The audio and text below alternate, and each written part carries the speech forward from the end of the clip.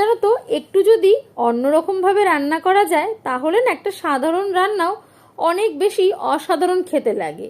সত্যি বলতে এত স্বাদ লাগে যে মুখে লেগেই থাকবে, মানে ভোলার মতো না।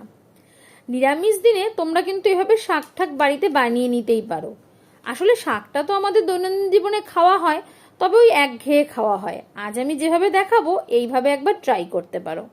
প্রথমে কি করেছি জানো, একটু গরম জলের মধ্যে শাক আর ডাঁটাটাকে পুরোটা দিয়ে দিয়েছিলাম, আর একটু উপর থেকে নুন ছিটিয়ে দিয়েছিলাম, দিয়ে একটু ভাপিয়ে নিয়েছি আর কি। আর তারপরে একদিকে কড়াইয়ের মধ্যে সর্ষের তেল দিয়ে ফোড়ন হিসাবে দিয়েছিলাম কালো জিরে আর শুকনো লঙ্কা। আর এইখানেই যে টুইস্টটা আমি ইউজ করেছি সেটা হচ্ছে, ঘরে তো আমাদের মুগ ডাল সবারই মোটামুটি থাকে কম বেশি, সেই মুগ ডালটাই কিন্তু এখানে আমি তেলের মধ্যে দিয়ে দিয়েছিলাম। সত্যি বলতে এই মুগ ডালটা দেওয়াতে এই রান্নাটা এতটা স্বাদ হবে প্রথমে নিজেও বুঝতে পারিনি।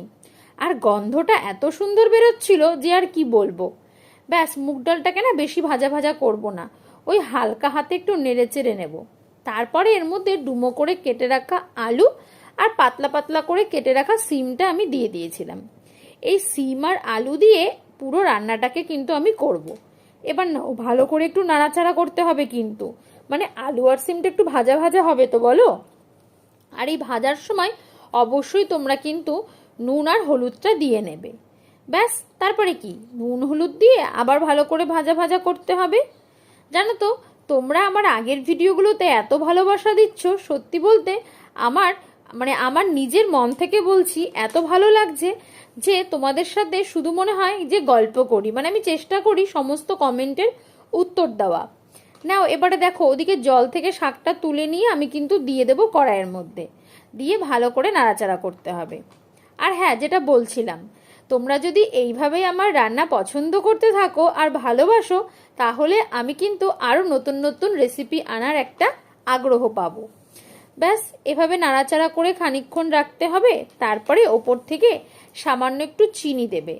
আর যেটা বলছিলাম, এখানে যখন চিনিটা দেবে একদমই সামান্য দেবে, দেখবে তোমার কিন্তু শাকটা থেকে বেশ পরিমাণ মতো জল বেরিয়ে গেছে।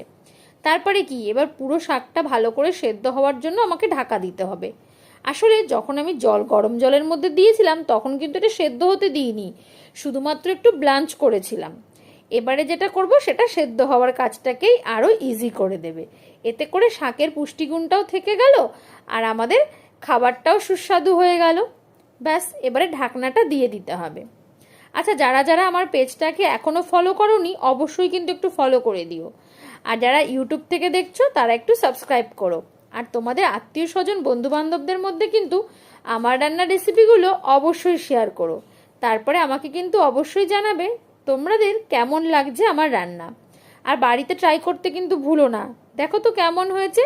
তো চলো, আজকের রেসিপিটা এইখানেই, টাটা।